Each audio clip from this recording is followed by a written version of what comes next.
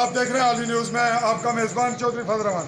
پاکستان کے زیر انتظام کشمیر کے ضلع ممبر کی تحصیل سوانی کے حلقہ LA6 جہاں پہ آج پولنگ مکمل ہونے کے بعد جو خوفناک ٹینشن اور حادثات اور تصادم کی صورتحال، اس کے بعد انتظامیہ اور پورا حلقہ اس کی عوام اس وقت ایک بھوچال اور ایک بڑی ٹینشن کی کیفیت میں ہے۔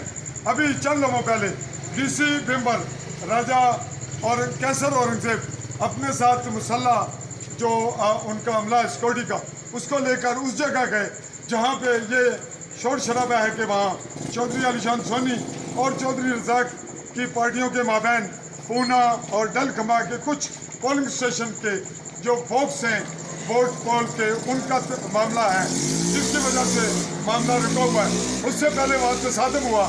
یہ بتایا جا رہا ہے کہ ایک شخص جو پہلے امیدوار رہا اس نے وہ باکس اٹھائے اور پھر جھگڑا ہوا۔